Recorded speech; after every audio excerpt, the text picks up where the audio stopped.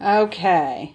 If it's not threaded through the bobbin perfectly, which because I had made this stitch just too small, it wasn't going anywhere. It gave me a little bit of grief there.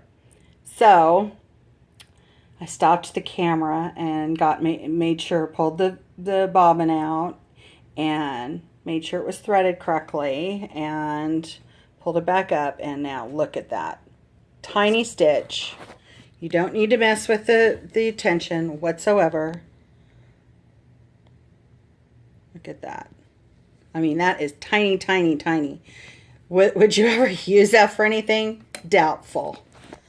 But I wanted to show you it will do it. Now, because these machines do not do reverse, this is how you get around it. So when I start, let's say I'm starting a seam right here, okay? And I want to sew that way, right? So what I do is I start going the opposite direction, just a few stitches. Just 1 or 2 stitches. 1, 2. Okay, that happened to be 3. Then I turn it around and start going. Oops, I ran out of material, but that's okay. Then I start going back over that stitch. And what in effect that does is that's my reverse.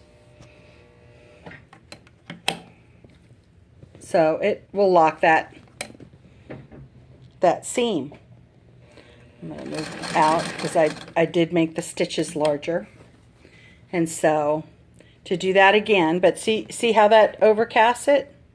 So now I've got 2, I mean, this machine stitches so perfectly. So again, let's say I'm going to do a seam here. So I would just do 2 stitches, maybe 3.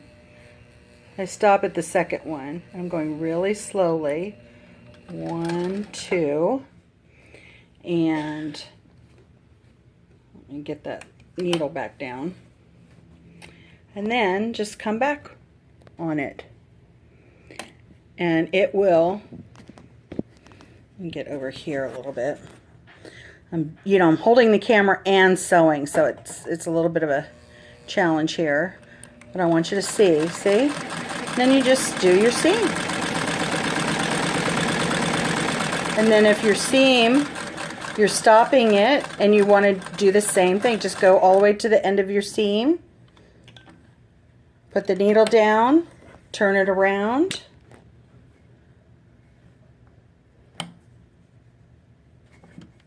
There we go. And just sew a few stitches. And you've got your back tack.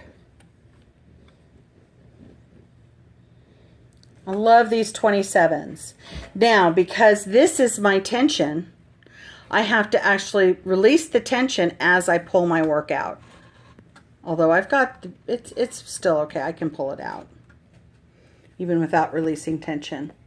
Because this machine is really, I have it so perfectly on the, come on autofocus. I have it so perfectly on the tension that now let's look at the other side.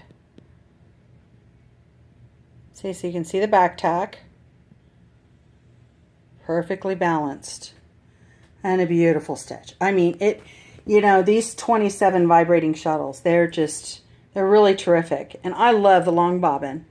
I think it's so much fun. It's fun to work with, and it's fun to, and it does a beautiful job. You thread it, as I pull this out, you thread it down through this guide here, and then it goes up through this guide here, and then onto the spool. And this follows this heart-shaped, and that's how it goes down and then back. Down and back. So cool. Okay, well, I know you're going to love this machine. And it's just a joy when you get a machine and you don't have to do anything to it other than oil it maybe once a year. Do not over oil your machines. It's unnecessary. A lot of people do, but it's unnecessary. And if I crank this back, you can see the underneath. And how, I mean, I cleaned all of this very well and oiled it. So for a machine that is about 115 years old, it's pretty amazing. I hope I live that long and look this good. Well, thank you for watching, and I know you're just going to love this machine. Have a great day. Bye.